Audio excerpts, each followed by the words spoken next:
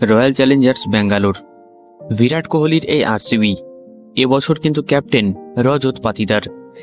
এই টিমটা এমনই একটা টিম যে এখনো পর্যন্ত যত বছর আইপিএল হয়েছে প্রত্যেক বছর কিন্তু গভীর প্রচণ্ড পরিমাণে ট্রোল হতে হয়েছে এই টিমটাকে।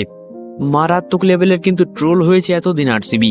তবে এই মুহূর্তে কিন্তু পয়েন্টস টেবিলে 10টা ম্যাচের মধ্যে 7খানা ম্যাচ জিতে 1 নম্বরে রয়েছে কিন্তু আরসিবি, যেখানে অরেঞ্জ ক্যাপই কিন্তু আরসিবির কাছে এবং পার্পল ক্যাপও কিন্তু আরসিবির কাছেই রয়েছে।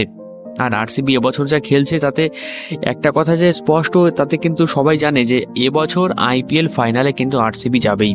এরকম পারফরমেন্স ম্যাচের পর ম্যাচে দিচ্ছে, এটুকু তো স্পষ্ট যে আইপিএল ফাইনালে আরসিবি যাচ্ছে, এটুকু কিন্তু 100% কনফার্ম প্রায় বলতে পারি এখনো পর্যন্ত।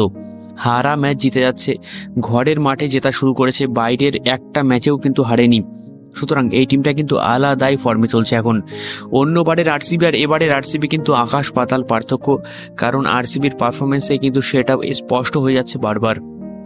গতকালকে ম্যাচের কথা কি বলবো, দিল্লিকে যেভাবে হারালো, শুরুর দিকে 3-3টে উইকেট কিন্তু খুবই জলদি হারিয়ে বসেছিল আরসিবি, এবং সেখান থেকে কামব্যাক করা কিন্তু এক প্রকার অসম্ভব ব্যাপার হয়ে দাঁড়াচ্ছিল। তবে সেখান থেকে ক্রুণাল পান্ডিয়াকে সঙ্গে নিয়ে কিং কোহলি যে একটা দুর্দান্ত পার্টনারশিপ গড়লেন, জাস্ট অবিশ্বাস্য।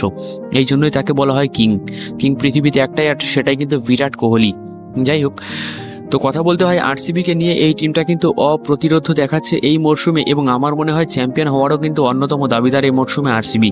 তোমাদের কি মনে হয় ভিডিও নিচে অবশ্যই কমেন্টে জানিও, কারণ অন্যবারের আরসিবি আর এবছর আরসিবি আকাশ পাতাল পার্থক্য।